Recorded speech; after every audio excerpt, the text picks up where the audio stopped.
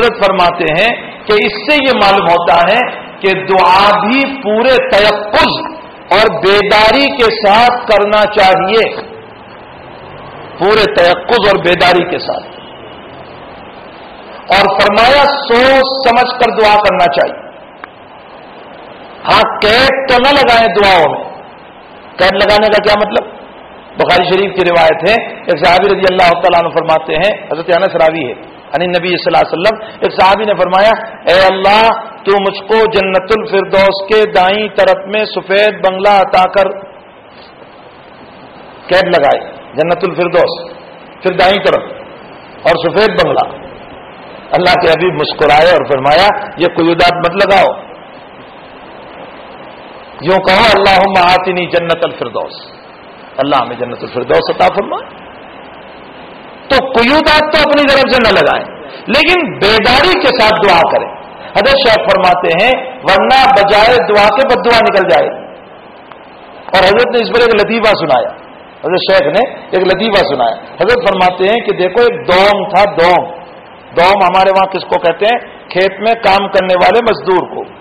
فرمایا وہ ایک مزدور تھا، اس کو روزانہ مالک جو ہے وہ پیدل بھیجتا تھا کھیت میں کام کرنے کے لیے، تو دور جانا پڑتا تھا پیدل اس کو دھوپ میں، تو وہ روزانہ کہتا تھا سواری نہیں ہے، سواری نہیں ہے، سواری نہیں۔ ایک دن دعا کرنے لگا کہ اللہ مجھے جو ہے گھوڑی دے دے، یہ نہیں بولا سواری دے دے، فرمایا مجھے گھوڑی دے دے۔ حضرت شیخ رحمۃ اللہ علیہ فرماتے ہیں کہ اس نے کھیت میں دعا کی، چونکہ بیتاب کا دعا تو قبول ہو گئی۔ اتنے میں گاؤں کا چودھری اور سرپنچ اس علاقے میں اپنی گھوڑی پر سوار ہو کر نکلا تھا، اور اس کی گھوڑی حاملہ تھی۔ کھیت میں جا کر گھوڑی نے بچہ دے دیا، تو سرپنچ نے دیکھا، چودھری نے، کہ اب یہ بچہ کون اٹھا کر لے چلے گا گھر پہ؟ اس نے دور سے دیکھا کہ وہ مزدور کام کر رہا ہے، وہ وہی مزدور تھا جس نے دعا کی تھی۔